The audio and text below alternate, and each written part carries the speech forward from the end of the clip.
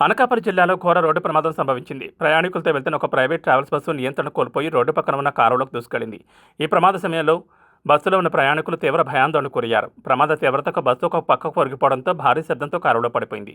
సదరు private travels bus Tamil Nadu రాజధాని చెన్నై నుంచి ఒడిశాలోని భువనేశ్వర్కు ప్రయాణికులతో బయలుదేరింది. అనకాపల్లి సమీపానికి చేరుకోగానే బస్సు ఒక్కసారిగా అదుపు తప్పి పక్కనే ఉన్న కారులోకి పడిపోయింది. ఈ ప్రమాదంలో సుమారు 12 మంది ప్రయాణికులు తీవ్ర గాయాలయ్యాయి.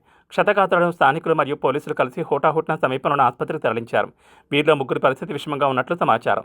ప్రాథమిక సమాచారం ప్రకారం ఈ ప్రమాదానికి డ్రైవర్ నిద్రమత్తే ప్రధాన కారణమని తెలుస్తోంది. సుదీర్ఘ ప్రయాణం కావడం, తెల్లవారుజామున డ్రైవర్ కొనుక్కు తీయడంతో బస్సుపై నియంత్రణ కోల్పోయినట్లు ప్రయాణికులు చెబుతున్నారు. ప్రమాదం జరిగిన సమయంలో బస్సు అతివేగంగా ఉందని, డ్రైవర్ అప్రమత్తంగా లేకపోవడంతో ఈ ఘోరం జరిగిందని పోలీసులు నిర్ధారించారు. ప్రస్తుతం డ్రైవర్ను అదుపులోకి తీసుకుని విచారిస్తున్నారు. సమాచారం అందుకున్న వెంటనే ఘటనా స్థలానికి చేరుకున్న పోలీసులు క్రేన్ల సహాయంతో బస్సును కారులో నుంచి బయటకు తీసే ప్రయత్నం చేస్తున్నారు. ట్రాఫిక్ అంతరాయం కలగకుండా చర్యలు చేపట్టారు. గాయపడిన వారికి మెరుగైన వైద్యం అందించాలని అధికారులను ఆదేశించారు. రాత్రి వేళలో సుదీర్ఘ ప్రయాణాలు చేసేటప్పుడు డ్రైవర్లు అప్రమత్తంగా ఉండాలని, లేదంటే ఇలాంటి ప్రాణాపాయ స్థితి ఎదురవుతుందని అధికారులు హెచ్చరిస్తున్నారు.